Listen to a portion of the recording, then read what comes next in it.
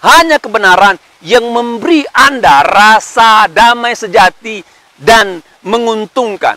Kalau Anda dikatakan tidak melakukan kebenaran, maka itu memberikan konstruksi yang rapuh untuk kehidupan saudara dan membuat hidup Anda runtuh.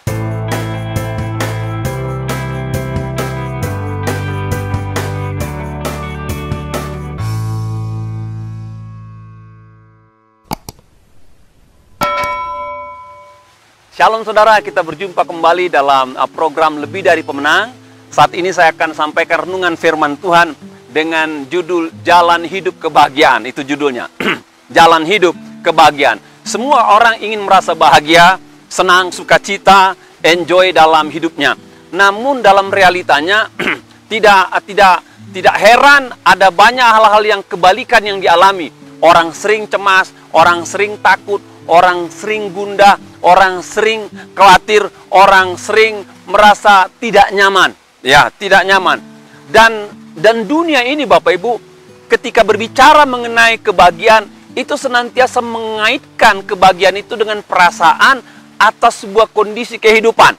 Jadi mengaitkan kebahagiaan atas perasaan dengan kondisi kehidupan. Sebagai contoh, kalau bisnis berjalan lancar, kita katakan hidup berbahagia. Kalau keluarga berjalan dengan baik, kita bilang kita berbahagia. Kalau tubuh kita sehat dan baik-baik saja, kita bilang kita berbahagia. Kalau target-target yang kita capai, kita dapatkan, kita katakan kita yang adalah orang berbahagia. Namun apabila saya pelajari Alkitab Bapak Ibu, kebahagiaan dalam sudut pandang Alkitab, dalam jalan hidup orang itu punya sudut pandang yang berbeda. Punya angle yang berbeda. Kalau orang dunia mengaitkan kebahagiaan dengan perasaan atas kondisi yang dialaminya, menurut Alkitab kebahagiaan itu lebih kepada praktek hidup orang percaya yang mengikuti aturan firman Tuhan. Jadi lebih kepada apa yang harus kita kerjakan, apa yang harus kita perbuat, apa yang harus kita lakukan dalam hidup sehari-hari, yang dengannya kita hidup menurut kehendak Tuhan. Dari sana nanti kita baru memperoleh kebahagiaan atau disebut sebagai orang berbahagia. Ada 3 deskripsi Bapak Ibu yang saya pelajari tentang jalan hidup kebahagiaan yang dijelaskan oleh kitab Mazmur dikatakan. Yang pertama, orang berbahagia itu dikatakan adalah orang yang tidak hidup dalam praktek hidup atau gaya hidup orang berdosa. Ya, tidak hidup dalam praktek hidup orang berdosa. Mazmur itu mengetengahkan 2 tipe orang berdosa dalam konteks ini. Pertama itu adalah orang-orang fasik dikatakan. Ya, orang-orang fasik ya. Orang-orang fasik ini adalah orang-orang congkak Bapak Ibu. Yang menganggap rendah sesamanya dan mengatakan tidak ada Allah. Orang-orang seperti ini senantiasa memuji keinginannya. Dan kalau jalan hidupnya tidak sesuai dengan yang diharapkan, orang seperti ini gampang menyalahkan Tuhan, atau menista Tuhan, atau mengutuki Tuhan, bahkan mengatakan tidak ada Allah. Ya, tidak ada Allah. Orang-orang seperti ini mulutnya Bapak Ibu kasar. Mulutnya perkataannya itu penuh sumpah serapah dikatakan. Dan suka menipu, suka menindas, bahkan suka memperdaya orang-orang yang lemah. Matanya tertuju kepada kelemahan orang lain. Jadi Bapak Ibu, kalau perhatian saudara tertuju kepada kelemahan orang lain, gampang cari kesalahan orang lain, ingat, itu gejala-gejala kefasikan ada pada diri kita. Gampang mengungkit kesalahan orang lain, memprovokasi dan mempublikasi kesalahan orang lain, itu adalah gejala orang fasik. Namun perhatikan demikian Bapak Ibu, orang fasik itu sebenarnya adalah orang yang sangat perlu dikasihani dan tidak ada kebahagiaan di sana. Yesaya menjelaskan demikian, saya baca buat saudara. Tidak ada damai sejahtera bagi orang fasik, firman Tuhan. Yesaya 48 ayat 22. Jadi katanya pada dasarnya orang fasik tidak memiliki kebahagiaan. Ya, Yesaya tegaskan tidak ada damai sejahtera dalam hati atau dalam hidup orang fasik. Yesaya 3:11 dikatakan demikian. Celakalah orang fasik, malah petaka akan menimpanya, sebab mereka akan diperlakukan menurut perbuatannya sendiri. Jadi ketika orang fasik Bapak Ibu mengerjakan perkara-perkara yang tidak baik, maka malah petaka akan terjadi. Apa yang diperbuatnya akan dituainya. Jadi tidak ada kebahagiaan dalam praktek hidup orang fasik. Amsal 28 ayat 1 firman Tuhan katakan, orang fasik lari walaupun tidak ada yang mengejarnya, tetapi orang benar merasa aman seperti singa muda. Satu kali Bapak Ibu, rekan saya itu berbisnis dengan seseorang. Namun dia sudah diberitahu, jangan berbisnis dengan orang ini. Karena orang ini katanya terkenal dengan intrik-intrik, ya, terkenal dengan permainan kotor, terkenal dengan sikap serakah, dan tidak tega katanya. Orang ini tega sekali untuk mengambil hak yang tidak menjadi bagiannya, bahkan sering mengorbankan rekan bisnisnya. Nah, singkatnya, sang teman tadi coba bertemu dengan orang yang tadi yang sudah diberi peringatan. Dan ketika mereka bertemu bicara di lobi sebuah hotel dan mereka bincang-bincang tentang bisnis, ada bahasa tubuh yang aneh dari orang yang harus diwanti-wanti tadi. Setiap bicara orang yang tadi yang diwanti-wanti oleh temannya tadi, itu matanya kemana-mana Bapak Ibu. Dikit-dikit lihat kanan, dikit-dikit lihat kiri, dan ngomong pun kadang-kadang lihat handphone. Gelisah orang ini Bapak Ibu. Gelisah, tidak tenang dia. Seperti dia takut diintip orang, takut dikejar orang, takut dimata-matai orang, tidak nyaman. Ketika teman ini melihat gestur tubuh daripada orang yang diwanti-wanti tadi, melihat gejala-gejala yang kurang bagus, akhirnya bisnis tidak jadi dilanjutkan Bapak Ibu. Mengapa demikian? Demikianlah orang fasik Bapak Ibu. Kalau kefasikan diperbuat, Alkitab Amsal katakan, maka orang ini akan merasa dikejar-kejar. Dikejar-kejar ketakutan, dikejar-kejar kecemasan. Mengapa itu terjadi? Karena dia tahu yang diperbuatnya salah. Karena dia tahu yang diperbuatnya merugikan orang. Karena dia tahu yang diperbuatnya tidak benar. Dan ini yang mengejar dia sampai dia tidak nyaman. Jadi Bapak Ibu sebagai orang percaya, saya berdoa biarlah kefasikan tidak ada dalam diri kita. Ya, itu doa saya. Dan kalau ada bibit-bibit kefasikan, tinggalkan itu Bapak Ibu. Buang itu. Hindari itu, karena nggak ada kebahagiaan di sana. Meskipun Anda menang satu langkah, meskipun Anda menang sesaat, meskipun Anda bisa membungkam orang lain, pada ujungnya malah petaka yang datang, kata Alkitab. Jadi tinggalkan kefasikan kalau saudara ingin berbahagia. Konsep orang berdosa yang kedua dikatakan, yang tidak berdiri jalan orang berdosa, yang tidak duduk dalam kumpulan pencemooh. Saya mau tekankan kata pencemooh Bapak Ibu, ya. Amsal 21-24 dikatakan, orang yang kurang ajar dan sombong pencemooh namanya. Ia berlaku dan keangkuhan yang tak terhingga. Orang pencemooh itu Bapak Ibu suka merendahkan, suka menghina orang lain. Ada unsur kesombongan dalam diri si pencemooh, di mana ia merasa dirinya lebih baik, lebih benar, dan coba merendahkan orang lain yang tidak bersesuaian dengan dirinya. Dan mencemooh ini Bapak Ibu, itu macam-macam karakteristiknya. Jadi kalau saudara lihat ada orang berkata-kata, dia dapat kita tebak dengan kata-katanya ini orang mencemooh apa tidak. Ya saudara coba berbicara dengan orang lain, dan coba saudara perhatikan kata-katanya. Kalau dia merasa dirinya tinggi, merasa diri benar, dan suka menyalahkan ini, merendahkan ini, mengecilkan ini, hati-hati. Itu adalah pencemooh dalam bentuk kata-kata. Ada juga orang mencemooh dalam bentuk sikap, ya. Ketika Anda berbicara dengan orang lain, ya saudara coba perhatikan dia.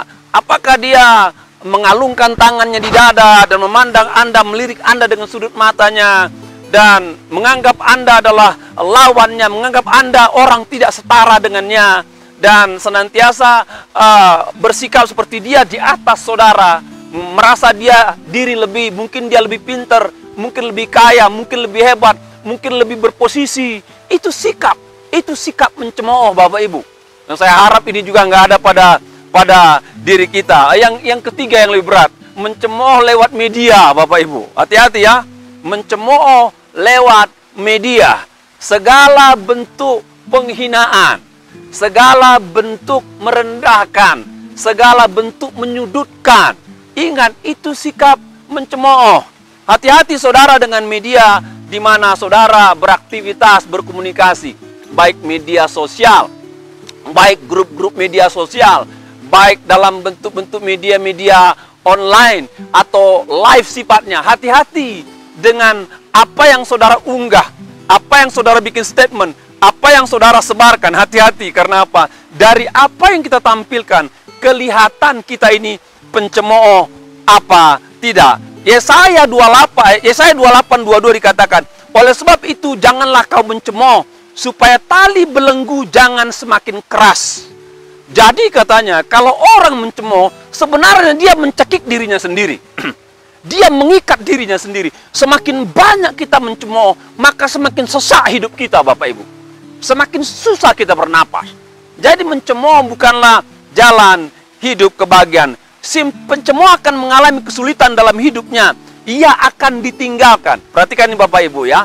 Ketika orang mencemooh, perhatikanlah Bapak Ibu. Pertama, dia akan ditinggalkan. Nggak ada orang yang suka berteman dengan pencemooh. Yang kedua, dia akan dihindari orang. Ya, ketika orang berkumpul dan lihat ada si pencemooh, orang akan menghindari, nggak mau ketemu Bapak Ibu. Ya, orang ini juga akan dijauhi orang lain. Posisi ini membuat hidup tidak leluasa ketika kita ada berkumpul dengan orang lain. Yesaya 29:20 dikatakan demikian, sebab orang yang gagah sombong akan berakhir dan pencemooh akan habis. Wow, luar biasa. Ujungnya nggak enak dikatakan. Ujungnya dikatakan orang gagah sombong akan jatuh dan si pencemooh akan habis. Perhatikanlah pakai kata habis Bapak Ibu. Kata habis berarti ludes, nggak berbekas, nggak tampak sama sekali. Nggak tampak sama sekali. Nah, saya percaya Bapak Ibu, di dunia ini semua orang akan menutup mata. Ya, menutup mata. Perhatikanlah, mungkin Bapak Ibu pernah sekolah seperti saya. Kita punya kata-kata bijak mengenai jejak rekam seseorang. Ya, diambil dari binatang dulu dikatakan. Harimau meninggalkan belang, iya kan? Gajah meninggalkan gading. Manusia meninggalkan apa? Meninggalkan nama katanya. Ketika Anda tidak ada, maka nama Anda melekat dalam pikiran orang, dalam komunikasi orang, dalam perkataan orang, dalam perbincangan orang. Dan ketika nama disebut, perhatikan, ketika nama kita disebut, ketika kita tidak ada, coba saudara simak, apakah nama itu memiliki karakter yang bagus?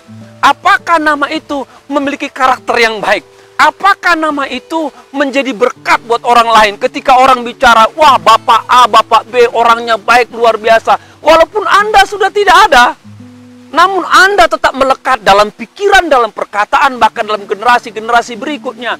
Tetapi bayangkan, kalau nama itu fasik Bapak Ibu, maka orang katakan, udah jangan ngomonglah dia. Nggak ada gunanya kita ngomongin dia. Oh, itu orang troublemaker, nggak perlu dibicarakan. Dikatakan orang pencemooh akan habis dan orang tidak mau mengenang. Kalaupun orang mengenang, unsur negatif yang dikenang. Jadi Bapak Ibu, kalau engkau ingin berbahagia, hindarilah gaya hidup orang berdosa. Ya, hindari kefasikan, hindari sikap mencemooh. Dengan demikian dikatakan, maka jalan hidupmu, dikatakan firman Tuhan sebagai jalan hidup yang orang berbahagia. Yang kedua, bagaimana supaya saudara dapat menapaki jalan kehidupan kebahagiaan? Dikatakan Mazmur 1 ayat 2, tetapi yang kesukaannya lihat Taurat Tuhan, yang merenungkan Taurat itu siang dan malam. Tetapi yang merenungkan, yang kesukaannya ialah Taurat Tuhan, dan yang merenungkan Taurat itu siang dan malam. Yang kedua, praktek hidup untuk jalan hidup kebahagiaan dikatakan, orang berbahagia adalah orang yang menjadikan firman Allah sebagai panduan hidupnya. Sekali lagi, orang berbahagia adalah orang yang menjadikan firman Allah sebagai panduan hidupnya. Ya, sebagai panduan hidupnya.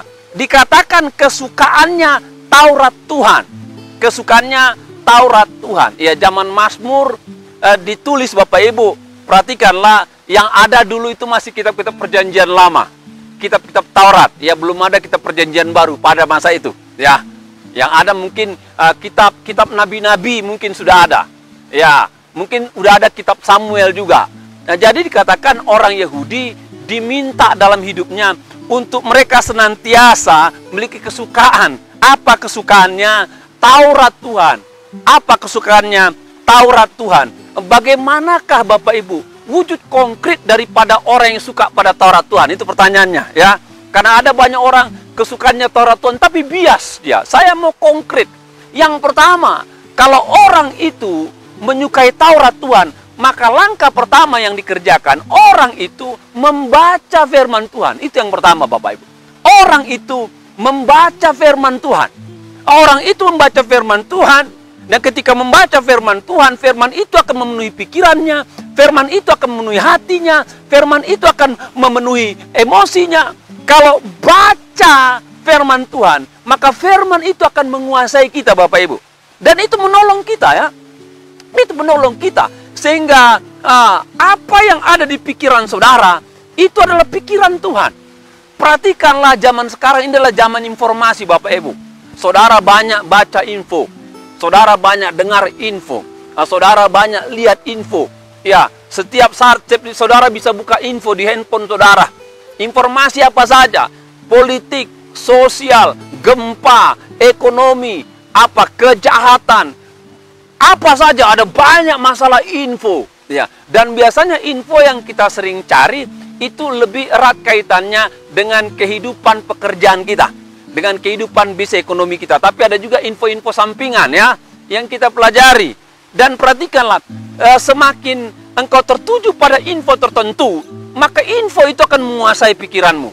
Ya, contohnya, saya hamba Tuhan. Ya, saya hamba Tuhan. Saya pelayan Tuhan.